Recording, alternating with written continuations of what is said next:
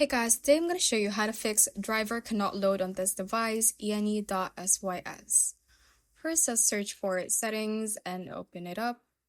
From here, let's go to update and security and make sure that you are on the Windows update section. And from here, we are going to click on advanced options at the bottom part of this page. And if you are at Windows 11, you can check the optional updates. You have to check them and download and install the optional updates.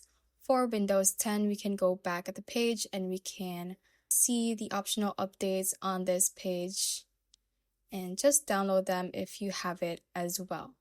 We can see a view optional updates option, so you can click on it and we can expand this one and check any optional updates on this list and click on download and install to install the optional updates. After that, let's go to the recovery sections from the option at the left. And if you have an option to go back to the previous Windows version, you can select that version and try that method. If not, the next step would be to search for this PC. Let's open this up. Let's open up the C drive. And you can click on the View tab at the top and make sure that Hidden Items is checked right here to show them within the folder.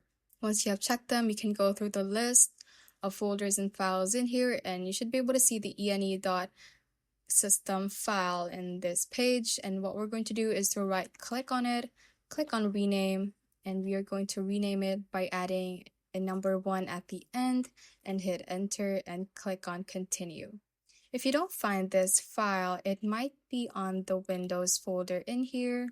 From here, let's open up System32 and let's open the drivers folder in here. From here, you can go through the list and find the ene.sys file and do the same, which is renaming and adding a number 1 at the end of the file name. After you have done that, restart your computer and see if that fixed your problem. If not, the next step would be to search for core isolation. Let's open the system settings. And from here, make sure that memory integrity is turned off like this. If it is turned on, just click on the toggle button right there to turn it off.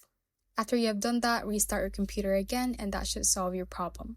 Thanks for watching, and if you found this useful, hit that like button and subscribe for more videos like this.